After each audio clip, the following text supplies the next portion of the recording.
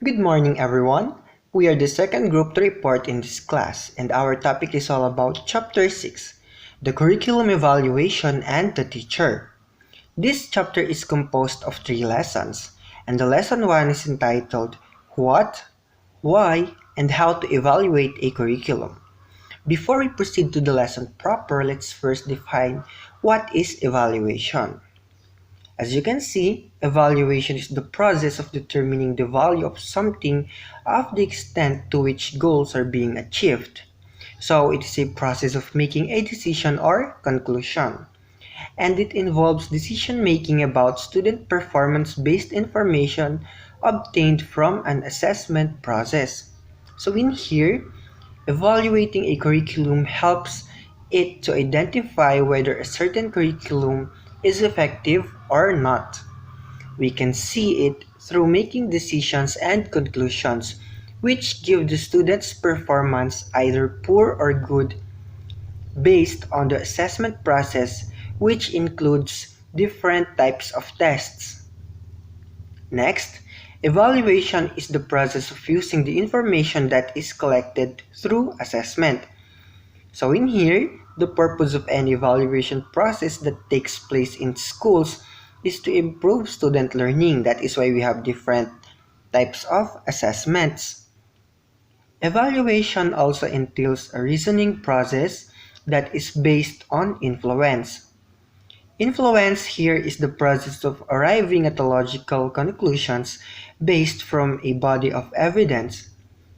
So, in here, we use body of evidence, or what we call the student's previous assessments and performances, as well as the results, in order for us to give a proper judgment about their performance. Next, evaluation is a thoughtful process. Yes, we use it to help us understand things. Say for example, we use a variety of ways to evaluate something. We can make comparison, note the differences, summarize our findings, and draw conclusions.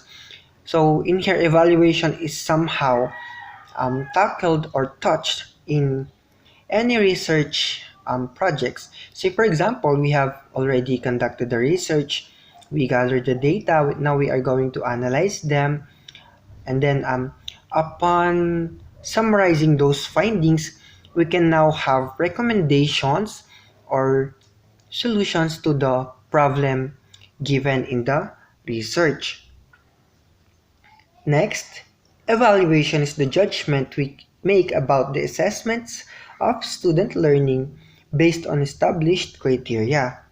So it involves the process of integrating assessment information from various sources and jump into inferences and judgments whether the students are doing great in classrooms, which are in line also in the curriculum's expectations, or not.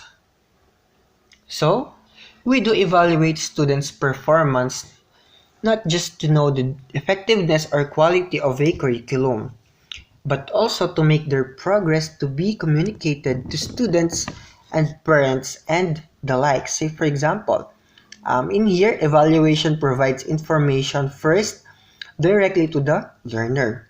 Why? For their guidance or self-monitoring, for them to know their what do you call this? When you say self-monitoring, they will be able to know their strengths and weaknesses. They will be able to know where they have to exert more effort. So, for example, in a certain subject, their performance is not that good. So they themselves could either motivate themselves or not. It's up to them to help their performance progress. So that is also a part of the learner for them to excel or to have a good performance. Now, evaluation also provides information directly to the teacher.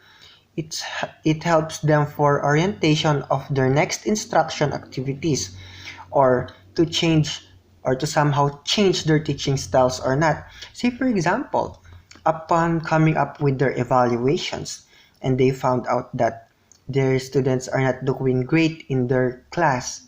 So what else can they do to help them improve or to have a better performance? It is either to incorporate other relevant teaching styles, and also to find out their students' strengths and weaknesses, so that they could use appropriate methods for their students in order for them to achieve a good and better performance inside the class. And lastly, evaluation provides information directly to the external agencies. Why? It is for their assessment of schools functioning in the light of national purpose. So in here we can have the accreditation.